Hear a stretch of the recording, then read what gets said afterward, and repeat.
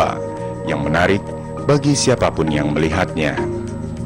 Tak hanya itu semata, Indonesia juga terkenal dengan para seniman dan pengrajin yang telah terkenal di mancanegara. Bahkan karya anak bangsa ini mampu bersaing di tengah industri dunia. Memangnya kalau untuk keluar tuh ke Eropa, gitu. Karena penghargaan orang Eropa terhadap mungkin lebih masuk ke kategori barang butik atau seni, mereka biasanya lebih dibanding mereka. Mampu berkreasi bukan semata mencari kepuasan dunia. Itulah yang terlontar dari seorang sosok manusia Indonesia di kota Yogyakarta. Harapan saya dengan kita adanya usaha ini tentunya kita bisa menambah jumlah tenaga kerja, bisa membantu pemerintah setempat kita untuk pengentasan pengangguran, nomor 1.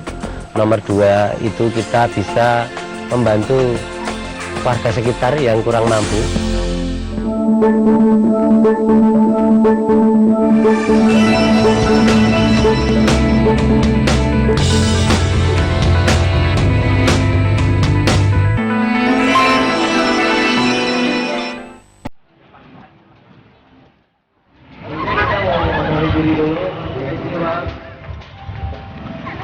Yogyakarta merupakan kota dengan 1001 pesona. Selain budaya dan alamnya yang telah terkenal ke mancanegara, Yogyakarta juga terkenal dengan segala pernak-pernik kerajinan tangan asli anak bangsa. Salah satunya adalah kerajinan limbah kaca yang ada di daerah Kasihan, Bantul, Yogyakarta. Lewat sentuhan tangan Sutoyo, begitu ia biasa disapa, limbah kaca ini berubah fungsi menjadi sebuah kerajinan yang bernilai tinggi. Lampu aromaterapi. Berbekal riset sederhana yang dilakukannya, Sutoyo menciptakan lampu hias nan indah ini menjadi fungsi lain yang baik bagi kesehatan manusia. Dengan dibantu beberapa karyawannya, Sutoyo setiap hari menjalankan usaha yang dirintisnya sejak 3 tahun silam. Kalau ini ide awal untuk bisa buka lampu aromaterapi ini pertengahan tahun 2012, cuman kita karena melalui testing baru kita launchingnya Oktober tahun 2012. Ide muncul dari limbah kaca ini, kita sering melihat limbah-limbah kaca yang berserakan di toko-toko kaca. Di toko-toko kaca, dan awalnya berangkat dari ibu mertua sakit stroke. Jadi kita sudah punya pemikiran, kita bisa nyiptain apa ya yang bisa bermanfaat buat masyarakat, biar tidak mudah stres, tidak gampang capek, pikirannya rileks, santai. Pokoknya yang membuat mereka seneng. Kita menciptakan ini ada 4 fungsi. Yang pertama adalah untuk lampu ruangan, yang kedua untuk pewangi ruangan. Selain lampunya nyala, aromanya bisa wangi, nanti bisa dikasih parfum-parfum biasa. Terus untuk fungsi yang ketiga sebagai penghangat massage oil, itu terutama buat anak-anak balita, nanti bisa dikasih minyak telon yang dihangatkan di atas mangkoknya, baru dibuatkan untuk memijit pelan-pelan ke bayi. Dan yang fungsi yang terakhir adalah untuk lampu aromaterapi. Berbekal ketekunan dan kegigihan Sutoyo, kini kerajinan tangan buatannya telah mulai digemari masyarakat dalam negeri, tak hanya di kotanya sendiri. Dengan harga lampu yang berkisar puluhan hingga ratusan ribu, Sutoyo mulai melebarkan sayapnya merambah ke kota-kota besar di Indonesia. Kalau untuk peminatnya ini rata-rata kota-kota besar. Jadi kalau di Jogja sendiri pun, di tempat kita produksi ini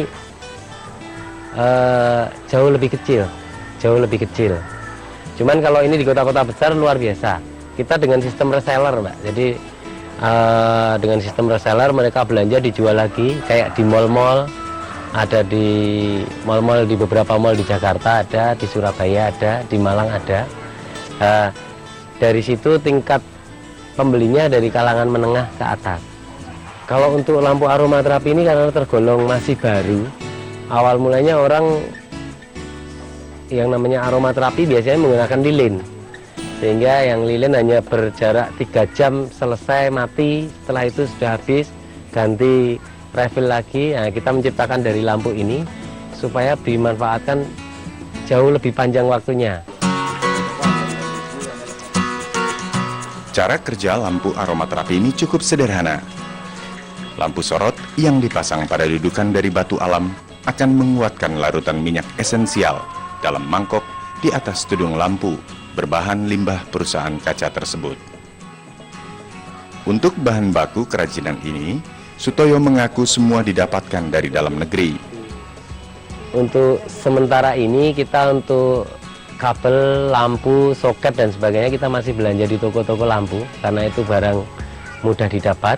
Kalau nanti ada kerusakan atau lampu mati, masyarakat pemakai produk kita ini mudah dicari di toko-toko lampu. Jadi kita fungsi utamanya kita kok mencari barang yang mudah didapat oleh masyarakat agar supaya kalau nanti masyarakat memakai produk kita tidak kesulitan untuk mengganti atau mungkin nanti memperbaiki kalau produk kami ini rusak dalam instalasinya.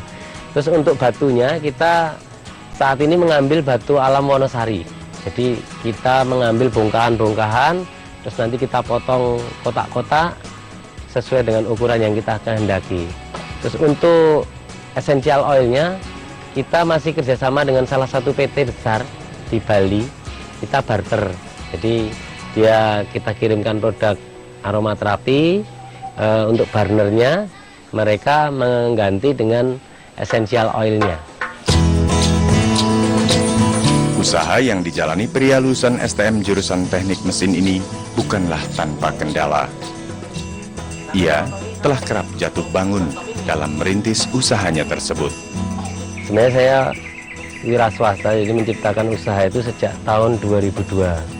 Jadi dulu awal mulanya kita dari pengrajin bunga kering, dari satu karyawan hingga naik, kita nyiptain dari tempel kulit telur, bisa sampai tren, nyiptain dari lintingan majalah bekas dan sebagainya, sampai pada akhirnya naik turun. Kita dari 2002 saya belum menikah, 2005 kita menikah, itu kita terus bisa langsung ekspor sendiri, sampai pada akhirnya tahun 2010 kita jatuh total dengan kerugian mencapai ratusan juta dengan jumlah karyawan waktu itu 64 orang. Terus kita sempat break, sempat terhenti usahanya tahun 2011, kita sampai tidak punya apa-apa, semuanya aset terjual, kita hutangnya ratusan juta dengan perbankan. Akhirnya saya jualan soto dengan istri, jualan ayam, jualan jagung bakar, tapi semuanya tidak berhasil. Maka dari itu saya kembali lagi ke kerajinan dengan memulai usaha lampu aromaterapi ini pertengahan tahun 2012 itu. Kerajinan tangan yang dirintis Sutoyo tak hanya mampu menghidupi dan mengangkat derajat keluarganya. Ia pun telah membantu lingkungan dengan mempekerjakan warga sekitar tempat tinggalnya tersebut. Kesuksesan yang diraih Sutoyo tak lantas membuatnya lupa diri. Harapan saya dengan kita adanya usaha ini tentunya kita bisa menambah jumlah tenaga kerja, bisa membantu pemerintah setempat kita untuk pengentasan pengangguran, nomor 1. Nomor 2 itu kita bisa membantu warga sekitar yang kurang mampu. Ada sebagian yang kami potongkan dari labanya itu untuk memberikan santunan, dan sampai hari ini sudah mencapai 28 warga termasuk anak-anak yatim dan fakir miskin.